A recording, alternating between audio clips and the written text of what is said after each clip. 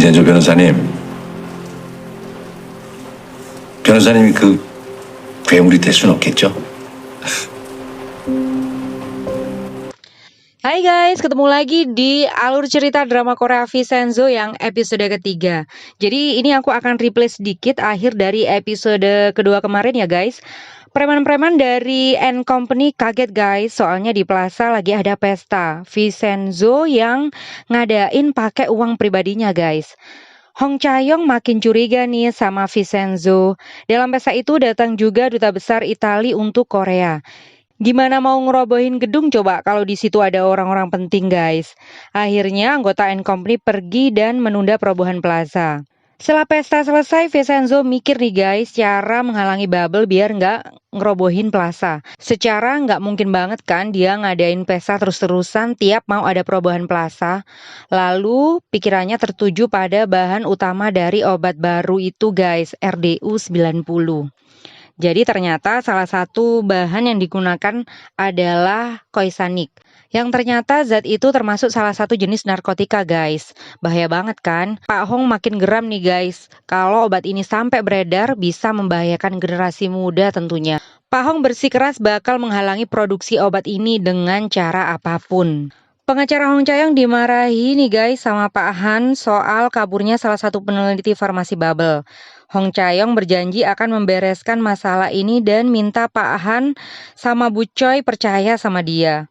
Bu Choi ngasih kepercayaan nih guys, tapi syaratnya Hong Chae-yong harus resign kalau dia gagal guys. Hong Chae-yong murka, dia minta Jang Junwoo nyari semua informasi soal Yu Min-chul, si peneliti yang kabur itu, dan juga minta Vincenzo untuk diselidiki. Hong Chae-yong juga berusaha menyuap orang untuk menemukan keberadaan Yu Min-chul, tapi gagal guys. Kemudian Jang Junwoo nyuruh Hong Chae-yong menemui ayahnya dan bernegosiasi. Karena Junwoo pikir Yu Min-chul bakal nemui Pak Hong guys. Pada sini yang lain terlihat Pak An lagi ngikuti Vincenzo. Dia memulai penyelidikannya dengan berpura-pura jadi pegawai di restoran Italia yang ada di Plaza Gemga. Penyelidikan pertamanya Pak An terhadap Vincenzo mengejutkan guys. Pak An pikir Vincenzo adalah mafia yang bertobat karena saat itu Pak An lihat Vincenzo ngasih karpet listrik di kuil dan juga mendisiplinkan remaja di plaza yang lagi ngerokok. Oke, pada kesempatan selanjutnya sebenarnya Vincenzo ini malah nyuruh Pak Hong nyerah guys buat ngurusi kasus farmasi Bubble. Karena menurutnya ini adalah kasus yang sangat berbahaya buat Pak Hong hadapi sendiri. Tapi Pak Hong bersikeras buat lanjut soalnya Pak Hong udah ketemu sama Yu Min-chul tanpa sepengetahuan Vincenzo.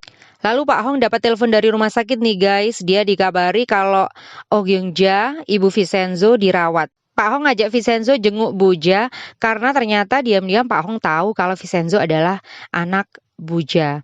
Kemudian malamnya Vincenzo bertemu dengan Na Do-jin. Vincenzo ngancam Pak Na dengan beberapa skandalnya agar Pak Na mau nuruti kemauan Vincenzo. 그만해요. 갑자기 명령을 해버리네?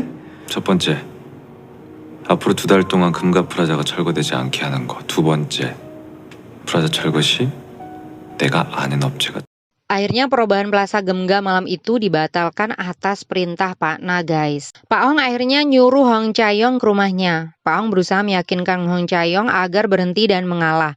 Tapi Hong Chae-yong nggak mau guys. Selain Hong Chae-yong, ternyata Pak Hong juga ngundang Vincenzo ke rumahnya. Hong Chae-yong ketemu sama Vincenzo dan memperingatkan Vincenzo agar nggak mempengaruhi ayahnya. Malam itu, villa tempat menginap tim pengembangan obat farmasi Bubble meledak guys. Dan karyawan yang lagi seminar di sana menjadi korbannya. Media mengabarkan kalau ledakannya disebabkan oleh ledakan gas. Tapi Pak Hong yang melihat berita di media merasa ada yang nggak wajar dari kejadian ini guys. Soalnya nih guys, kasusnya nggak diselidiki sesuai protokol investigasi. Jadi langsung ditutup begitu aja guys. Siapa yang nggak curiga coba? Tindakan Pak Hong ini ternyata diketahui oleh mata-mata Bubble guys. Dan untuk keselamatan Pak Hong akhirnya Vincenzo ngajak Pak Hong pergi. Vincenzo pengennya Pak Hong mundur aja dari kasus ini guys. Tapi Pak Hong nggak mau. Pak Han dan Bu Choi udah bisa membaca kalau ledakan di villa itu disengaja. Dan itu menjadi peringatan buat semua orang yang bekerja di Bubble. Saat mereka ngobrol, Pak Jang Henso nelpon Pak Han dan memintanya datang. Pak Han akhirnya ngajak Bu Choi menemui Pak Jang. Dalam pertemuan itu, Pak Jang cuma nyuruh Wusang ngurus kompensasi buat keluarga korban ledakan di villa, guys. Dari pertemuannya dengan Pak Jang, Bu Choi jadi berpikir kalau Pak Jang bukanlah pimpinan Bubble yang sebenarnya. Di saat bersamaan, Bu Choi dapat kabar dari orang suruhannya kalau Yu Min Chul sudah ketemu dan mereka juga udah tahu kalau Yu Min Chul udah ketemu Pak Hong, guys. Pada scene berikutnya, Pak Hong dapat kabar gembira guys, karena Yu Min Chul mau bersaksi di persidangan dengan semua resikonya. Suasana hati Pak Hong lagi baik nih guys, dia neraktir Vincenzo dan Pak Nam makan siang.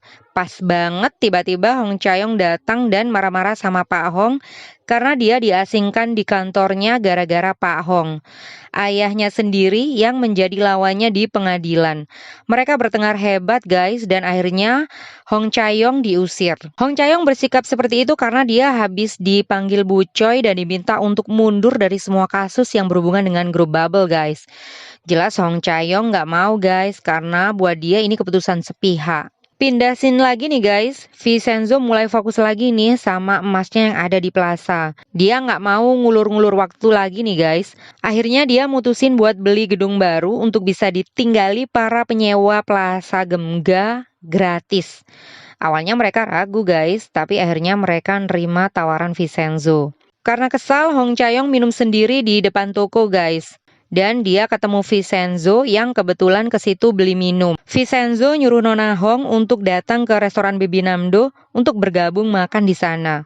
Vincenzo cuma nggak ingin Nona Hong menyesal setelah marah-marah sama ayahnya. Pada saat bersamaan, Bu Choi ngubungi mata-matanya yang dikasih julukan bola kristal untuk mengerjakan tugasnya saat itu juga. Setelah ngasih perintah, datanglah orang yang ngaku polisi yang lagi nyari buronan ke kamar Pak Yu Min Chul. Karena terlihat aneh, Yu Min Chul membereskan berkasnya dan kabur sebelum membukakan pintu guys. Yu Min Chul lari ke dermaga dan dalam persembunyiannya dia berusaha menghubungi Pak Hong tapi nggak diangkat guys.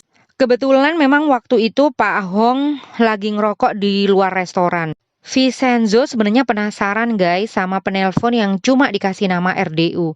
Sebenarnya dia pengen jawab telepon itu sih, tapi nggak jadi guys. Dan akhirnya Yu Min Chul ketahuan oleh polisi-polisi tadi. Setelah Pak Hong masuk, Vincenzo mancing Pak Hong nih guys, biar dia mau cerita rahasianya. Tapi Pak Hong nggak mau cerita. Dia malah berharap Vincenzo bisa bantu dia melawan grup Bubble.